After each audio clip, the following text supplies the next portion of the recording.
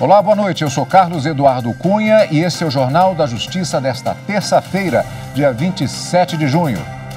Supremo decide que indenização por danos morais pode superar limites impostos na CLT pela reforma trabalhista. Prevaleceu o entendimento de que os valores definidos pela lei devem servir de parâmetro e não como teto. Este é um dos destaques de hoje e você também acompanha nesta edição. A pedido da PGR, STF rejeita a denúncia contra a deputada Gleisi Hoffmann relacionada à Lava Jato. Supremo decide que o estado de Santa Catarina não pode cobrar impostos sobre atividades da Embrapa.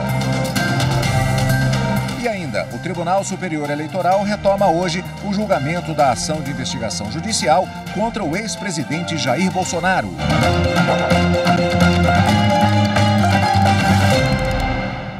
O Supremo Tribunal Federal decidiu que indenização por danos morais pode superar os limites impostos na CLT pela reforma trabalhista.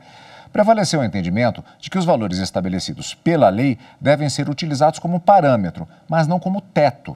A repórter Marta Ferreira tem as informações. A discussão chegou ao Supremo por meio de ações propostas pela ANAMATRA, Associação dos Magistrados da Justiça do Trabalho, pelo Conselho Federal da Ordem dos Advogados do Brasil e pela Confederação Nacional dos Trabalhadores na Indústria. As entidades questionam artigos da CLT alterados pela reforma trabalhista. Os dispositivos utilizam como parâmetro para a indenização o último salário contratual do empregado e classificam as ofensas com base na gravidade do dano causado, em leve até 3 vezes o último salário, média até 5 vezes, grave até 20 vezes ou gravíssima de até 50 vezes. Nas ações, os autores alegavam violação aos princípios da isonomia, da dignidade humana, da não discriminação, da proteção ao trabalhador e da indenização por acidente de trabalho. A discussão começou no plenário físico e foi levada para análise no plenário virtual, sob a relatoria do ministro Gilmar Mendes. Ele votou pela parcial procedência das ações, por entender que os critérios de quantificação da reparação previstos no artigo 223G da CLT poderão orientar o magistrado trabalhista na fundamentação de sua decisão. Por isso, o dispositivo não deve ser considerado totalmente inconstitucional. Para o ministro, o tabelamento deve ser utilizado como parâmetro e não como teto. Gilmar Mendes concluiu que, consideradas as circunstâncias do caso concreto e os princípios da razoabilidade, da proporcionalidade e da igualdade, é constitucional o arbitramento judicial do dano em valores superiores aos limites máximos previstos nos incisos do parágrafo 1º do artigo 223G da CLT. Assim, votou no sentido de interpretar o dispositivo para assentar que os critérios contidos nele não impedem que a decisão judicial, devidamente motivada, fixe condenação em quantia superior. O voto do relator foi seguido pela maioria do plenário, vencidos os ministros Edson Fachin e Rosa Weber, que votaram no sentido de que os trechos incluídos pela reforma trabalhista deveriam ser declarados inconstitucionais. O STF reconheceu a imunidade tributária da Embrapa, Empresa Brasileira de Pesquisa Agropecuária, no estado de Santa Catarina. Quem explica para a gente essa decisão é a repórter Viviane Novaes. A Embrapa é uma empresa pública federal de pesquisa científica e agropecuária com várias unidades pelo Brasil. A estatal fez, por exemplo, a primeira clonagem de animal na América Latina, criou a técnica para o cultivo de grãos no Cerrado e desenvolve vacinas. Em 2022, a Embrapa entrou com uma ação no Supremo, alegando que o estado de Santa Catarina não poderia cobrar o ICMS e o IPVA sobre as atividades sociais. Segundo a petição inicial, a submissão da Embrapa às cobranças impede o desempenho das atividades sociais e a sujeita à fiscalização quanto a tais pagamentos, inclusive quanto à cobrança extrajudicial e judicial.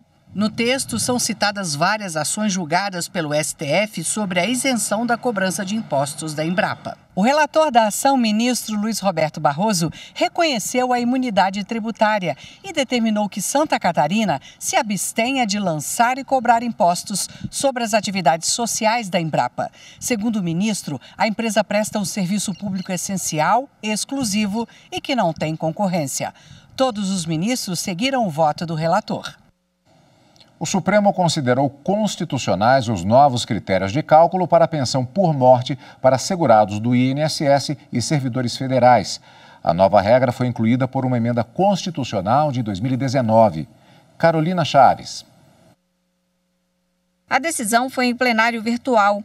Os ministros consideraram válido o artigo 23 da Emenda Constitucional 103, conhecida como Reforma da Previdência, que fixou novos critérios de cálculo para a pensão por morte no regime geral e para servidores públicos federais. O texto prevê que a pensão por morte concedida a quem ficar viúvo seja equivalente a 50% do benefício do segurado. Cada dependente terá direito a uma cota de 10% até atingir o valor integral da aposentadoria. Quando houver dependente inválido ou com deficiência intelectual, mental ou grave, o valor da pensão será de 100%. Na ação que questionou o texto aqui no STF, a Confederação Nacional dos Trabalhadores Assalariados e Assalariadas Rurais alegou que houve redução desproporcional da pensão por morte paga pelo INSS. Mas o relator, ministro Luiz Roberto Barroso, entendeu que a mudança não ofendeu o princípio da vedação ao retrocesso social. Ele lembrou que a pensão por morte não tem natureza de herança e o objetivo do benefício é que os dependentes possam se reorganizar financeiramente. 7 ministros acompanharam o voto do relator. Eles também consideraram que a mudança não afronta direitos adquiridos, expectativas legítimas ou segurança jurídica, porque só valem para os casos de falecimento do segurado após a promulgação da emenda. O STF rejeitou a denúncia contra a deputada federal Gleisi Hoffmann, do PT do Paraná, e o ex-marido dela e ex-ministro do Planejamento, Paulo Bernardo. Os dois eram acusados de envolvimento em organização criminosa investigada pela Operação Lava Jato. Anderson Arcoverde tem os detalhes. O julgamento foi realizado em plenário virtual. Todos os ministros seguiram o voto do relator, ministro Edson Fachin, que acolheu a manifestação da Procuradoria-Geral da República de que não havia razão para prosseguimento do caso. Em setembro de 2017, a Procuradoria-Geral apresentou denúncia contra a cúpula do Partido dos Trabalhadores por supostamente montar uma organização criminosa para arrecadar propina por meio de empresas e órgãos públicos, como a Petrobras, o Ministério do Planejamento e o BNDES. Em março de 2018, o processo foi desmembrado e as peças relativas aos acusados que não tinham foro por prerrogativa de função foram mandadas para a primeira instância da Justiça Federal do Distrito Federal, que absolveu os acusados por ausência de justa causa. No Supremo Tribunal Federal ficou apenas a parte relativa à deputada Gleisi Hoffmann e ao ex-ministro Paulo Bernardo. No voto, o ministro Edson Fachin afirmou que, embora uma decisão de primeira instância não vincule a avaliação pelo STF, as teses foram encampadas pela Procuradoria-Geral da República em sua manifestação. Por isso, a retratação do Ministério Público deve ser acolhida.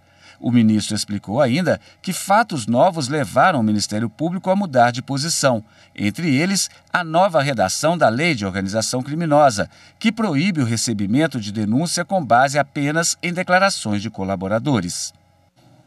O ministro Dias Toffoli pediu vista e suspendeu o julgamento virtual no Supremo de uma ação contra atos de tribunais e juízes do trabalho que incluem, no cumprimento de sentença ou na fase de execução, pessoas físicas e jurídicas que não participaram dos processos trabalhistas sob a alegação de que fariam parte de um mesmo grupo econômico. Renato Rosa.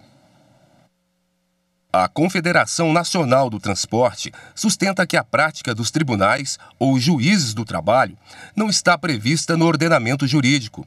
Restringe o direito fundamental e de ampla defesa daqueles que buscam provar que não participam de grupos econômicos condenados pela Justiça Isso inclui pessoas físicas e jurídicas, também na fase de execução. A Confederação Nacional do Transporte ainda aponta que as decisões têm provocado prejuízos aos estabelecimentos, à economia, ao desenvolvimento e à manutenção dos postos de trabalho, e que isso ocorre com frequência, surpreendendo empresas com execução de dívidas das quais sequer tinham conhecimento.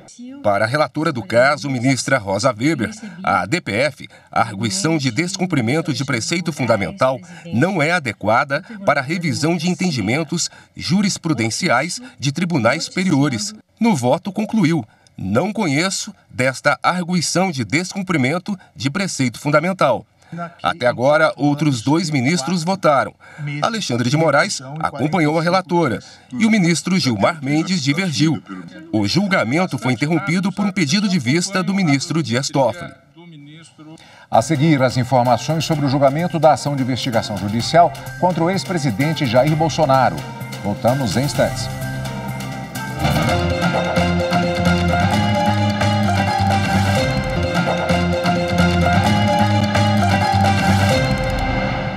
O Tribunal Superior Eleitoral retoma daqui a pouco o julgamento da ação de investigação judicial contra o ex-presidente Jair Bolsonaro. As informações com o repórter Guilherme Glória. Nesta terça-feira, os ministros darão continuidade ao julgamento que foi iniciado na quinta-feira passada, dia 22, que é a ação de investigação judicial eleitoral protocolada pelo PDT contra Jair Bolsonaro e Walter Braga Neto. Na sessão da última quinta-feira, os ministros iniciaram o julgamento com a leitura do relatório pelo Corregedor-Geral Eleitoral e relator da ação, o ministro Benedito Gonçalves, e depois a palavra foi concedida aos advogados de defesa e de acusação. Também houve o parecer do Ministério Público Eleitoral sobre o caso. O passo dessa terça-feira é o início do processo da votação dos ministros, iniciando pelo Corregedor-Geral Eleitoral, ministro Benedito Gonçalves. A sessão começa logo mais às 19 horas. O Tribunal Superior Eleitoral participou do seminário virtual sobre combate à violência política de gênero. O evento faz parte da 3ª Semana da Diversidade, realizada pelo TRE do Rio de Janeiro. A assessora do Núcleo de Inclusão e Diversidade do TSE, Samara Pataxó, representou a corte no evento.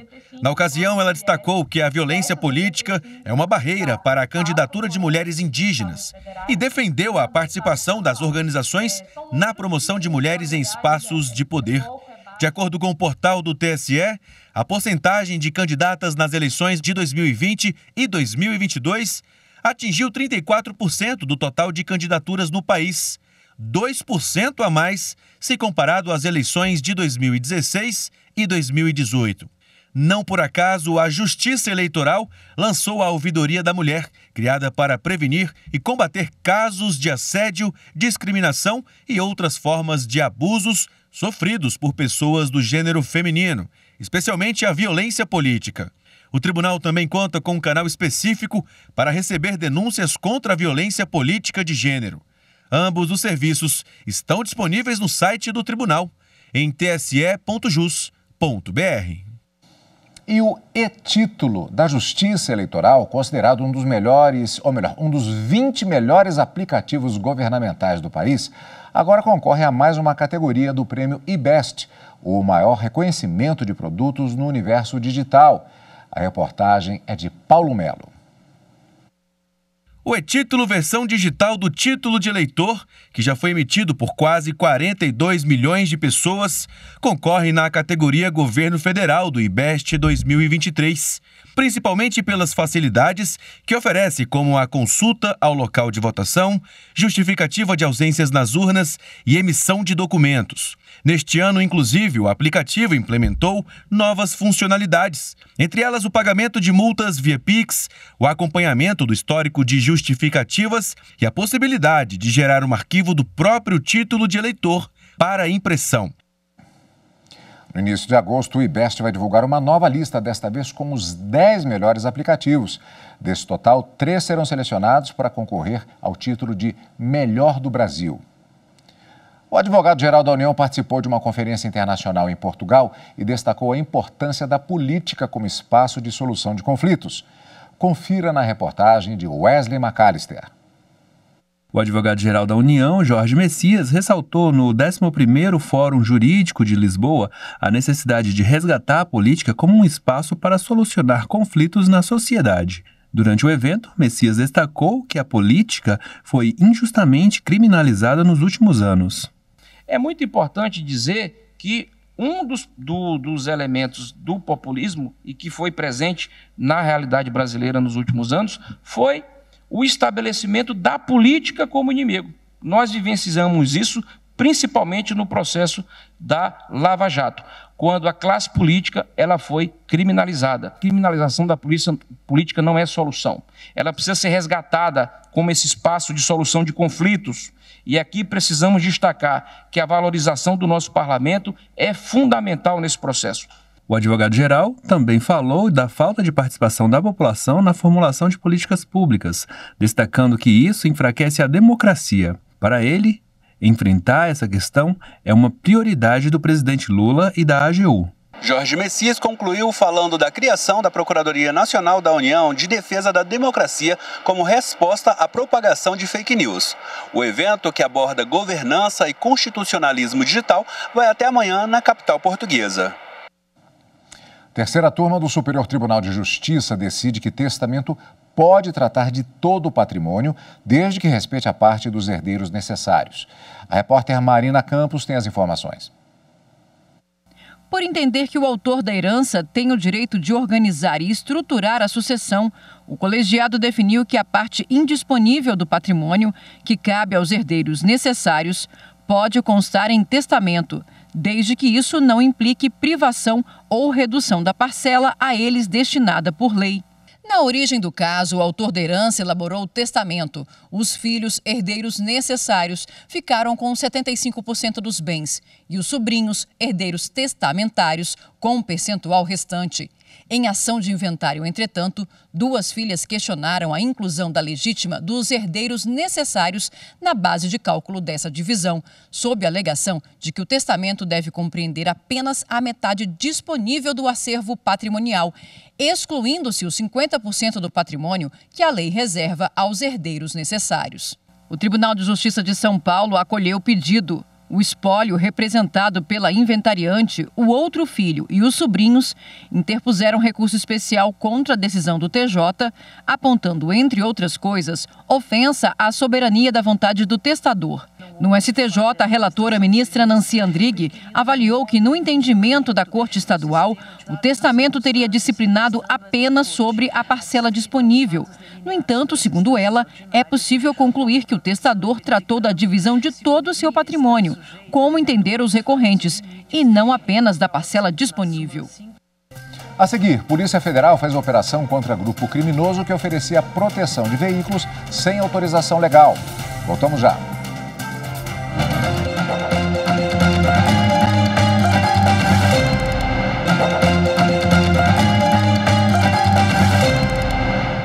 A pedido do Ministério Público Federal, a Polícia Federal deflagrou uma operação contra um grupo criminoso que oferecia proteção veicular sem autorização legal. Pedro Canguçu. Os mandados de busca e apreensão foram cumpridos na Paraíba e em Pernambuco e teve como alvos os gestores de uma empresa de proteção veicular. Segundo o Ministério Público, o grupo operava sem autorização da Superintendência de Seguros Privados e do Conselho Nacional de Seguros Privados. A denúncia apontou que a empresa oferecia ao público uma proteção veicular com características de contrato de seguro, induzindo ao erro, sonegando informações sobre o contrato e prestando informações falsas. O Ministério Público Federal justificou que a ação tem como propósito esclarecer os fatos investigados para apurar a autoria e materialidade dos crimes imputados aos envolvidos. O MPF pede a condenação dos denunciados por gestão ilegal e temerária de instituição financeira, publicidade falsa, cobrança indevida de taxa e organização criminosa. A ação segue tramitando na 4ª Vara Federal da Paraíba. O TRT da Bahia promoveu um evento para que empresas privadas possam aderir ao projeto Comunicação Expressa. A intenção é garantir o envio de informações processuais por via eletrônica, reduzindo custos e dando mais rapidez à análise dos processos. Quem acompanhou o evento é a repórter Carolina Vasco. Um evento híbrido realizado no auditório do Pleno do TRT da Bahia mostrou às empresas privadas as vantagens de aderir ao projeto Comunicação Expressa, que garante o envio de citações, intimações e notificações processuais exclusivamente por via eletrônica, sem depender dos correios ou do deslocamento dos oficiais de justiça. A gente, na verdade, já vem tentando fazer isso gradativamente. Então, nas visitas às varas de interior, nas correções que a doutora Luísa Lomba tem realizado no interior, a gente tem chamado os advogados para poder pedirem essa colaboração, dessa adesão a esse projeto de comunicação expressa, porque vai trazer um resultado super positivo para todo mundo. Isso evita revelia, isso evita também futuras nulidades processuais por não notificação correta. O projeto surgiu em 2018 com o cadastramento dos entes da administração pública direta, federal, estadual e as procuradorias dos 417 municípios baianos. O Comunicação Expressa traz dinamismo pelo envio das notificações, citações e intimações acontecerem por meio eletrônico, além de promover uma economia para o regional. A economia de dinheiro público muito significativa. Nós temos uma movimentação de milhares de novos processos que surgem na Bahia, aqui no Tribunal Regional do Trabalho da Quinta Região, por mês. E cada notificação, cada processo desse exige pelo menos uma notificação inicial postal. Cada notificação inicial postal dessa custa mais de R$8. Se for com aviso de recebimento, ela quase dobra o valor.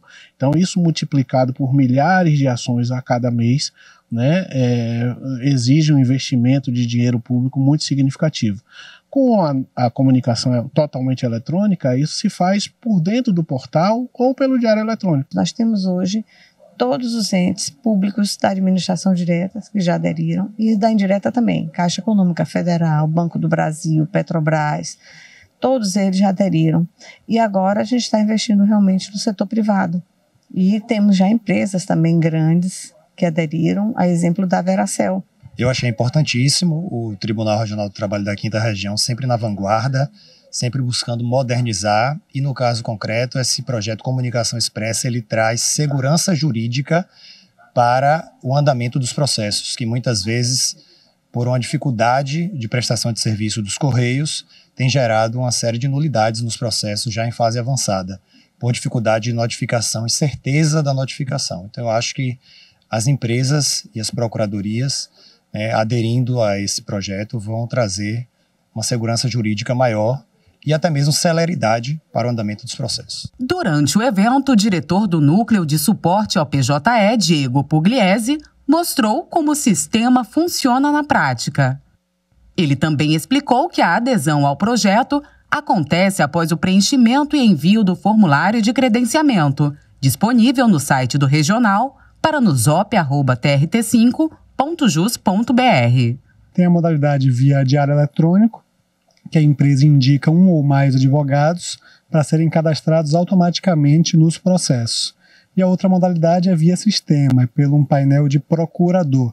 Então, ele indica um ou mais procuradores para terem um novo perfil no PJE, além do perfil de advogado, e com esse perfil de procurador, ele visualiza todos os processos daquela empresa e todas as notificações expedidas via sistema pelas unidades judiciárias. A presidente do TRT5 também destacou que o projeto está alinhado com as inovações e medidas a serem adotadas pelo CNJ até o final do ano. Entre essas medidas, a implantação da plataforma até que já existe, que é a Plataforma Digital do Poder Judiciário, que é conhecida como PDPJ. Isso também vai fazer com que essas comunicações se efetivem da maneira como a gente pretende fazer com a comunicação expressa. E pelo que foi colocado, seria até a segunda quinzena de agosto que os tribunais teriam de se adequar a essa situação. E uma última notícia. A 7ª Câmara Criminal do Tribunal de Justiça do Rio de Janeiro manteve a decisão para que o ex-vereador Jairinho e Monique Medeiros sejam julgados pelo júri popular pela morte de Henri Borel, de 4 anos, em março de 2021. Os desembargadores negaram por unanimidade o pedido de liberdade feito pela defesa do ex-vereador e mantiveram, em parte, a sentença de pronúncia. Agora, o tribunal já pode marcar o julgamento de Jairinho, que está preso preventivamente, e de Monique Medeiros, que responde em liberdade. Esta edição do Jornal da Justiça fica por aqui. Para você, uma boa noite e até amanhã.